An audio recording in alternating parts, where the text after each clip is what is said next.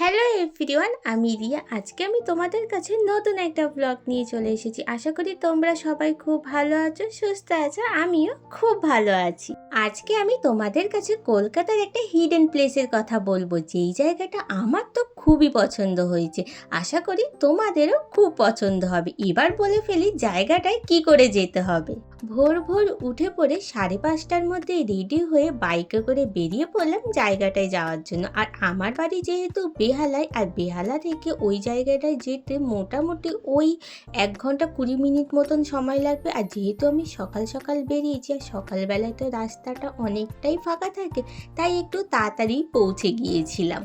এবার বলে ফেলি জায়গাটা কোথায়। জায়গাটা হলো পানিহাটিতে। আর পানিহাটির যে মেন রোড আছে ওখান থেকে গলির ভিতরে একটু যেতে হবে। আর ওখানে গেলেই ঠাকুর বাড়ির পড়বে সৎসঙ্গ, সামনে পড়বে এইরকম একটা লাল মন্দির। এছাড়া আর একটা মন্দির ছিল, সেই মন্দির দর্শন করে ভিতর দিকে চলে গেলাম। যে জায়গাটা আমি গিয়েছিলাম সেটা হলো ত্রাণবাবুর ঘাট।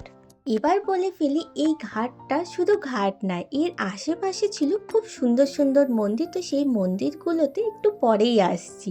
তো প্রথমে এই ঘাটটায় যাওয়াতে মনটা একদম শান্ত হয়ে গিয়েছিল। সকাল সকাল তো একদম শান্ত পরিবেশ, তেমন কেউ ছিল না চারিদিকে। ঘাটটার মানে কেউ বলতে গেলে নেই, কয়েকজন শুধু বসে আছে। এছাড়া যারা মর্নিং ওয়াক করতে বেরোয় তারা তো সকালবেলায় এসে দেখলাম যে ফ্রেশ এয়ার নেওয়ার জন্য এখানে বসে আছে। তারপরে আমি যেহেতু গিয়েছিলাম দশহরার দিন, তো দশহরায় দেখলাম গঙ্গা পুজো করা হচ্ছে। যেহেতু বললাম এর পাশেই মন্দির আছে, এত দূরে হয়তো কেউ ঘুরতে যায় না, কারণ আমরা বাড়ির চারিপাশে প্রিন্সেপ ঘাট, বাবুঘাট এই ধরনের অনেক ঘাট পেয়ে যেতে পারি, সেখানে আমরা সময় কাটাই। কিন্তু কেউ যদি চাও শান্ত নিলিবিলি পরিবেশে সময় কাটাতে, তাহলে চলে যাও ত্রাণবাবুর ঘাটে। এখানে শুধু গঙ্গা না, এর আশেপাশে আছে 2-3টে মতন ভালো মন্দির। তো সেই মন্দিরগুলোও দেখতে পাবে, আর তার সঙ্গে গঙ্গার ফ্রেশ এয়ারও তোমরা পেয়ে যাবে।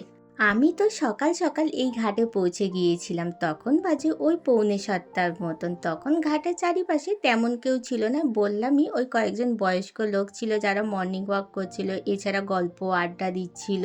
তারপরে ঘাটে দশহরার পুজো হচ্ছিল।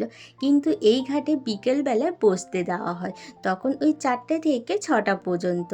যেহেতু আমি সকাল সকাল এসেছিলাম বলে ঘাটটা একদমই ফাঁকা ছিল, কিন্তু বেলার দিকে আসলে প্রচণ্ড গরম হতো, আর তখনও তেমন কাউকে অ্যালাউ করে না। তাই জন্য ভাবলাম সকাল সকালই এই ঘাটে চলে এসেছি, একদিকে খুব ভালোই হয়েছে। তারপরে চলে গেলাম মন্দিরগুলো দর্শন করতে। মন্দিরগুলো ছিল অসাধারণ। গঙ্গার ঘাটে এছাড়া মন্দিরেও 2 জায়গায় শুটিংয়ের জন্য অ্যালাউ করা হয়, এখানে লেখা আছে। তার জন্য কিন্তু আগে থেকেই কথা বলে নিতে হবে।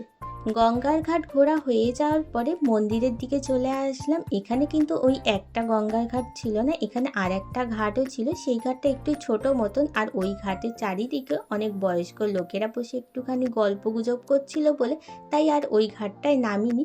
তো মন্দিরের দিকে আসার পর মন্দিরগুলো একটু ঘুরেই দেখছিলাম। প্রথমে ভাবছিলাম মন্দিরে উঠবো কি উঠবো না, কারণ একটা হিস্টোরিক্যাল প্লেস, তো যদি না অ্যালাউ করে। তো ওখানে একটা লোক দাঁড়িয়ে ছিল, তাকে জিজ্ঞেস করাতে বললো না না অবশ্যই আসতে পারে। তো গিয়ে ঠাকুর দর্শন করলাম। এছাড়া ওখানে দশহরার পুজোর দিনে, তাই দশহরার পুজো হচ্ছে, তো রামকৃষ্ণ আর সারদা দেবীকে পুজো করা হচ্ছিল।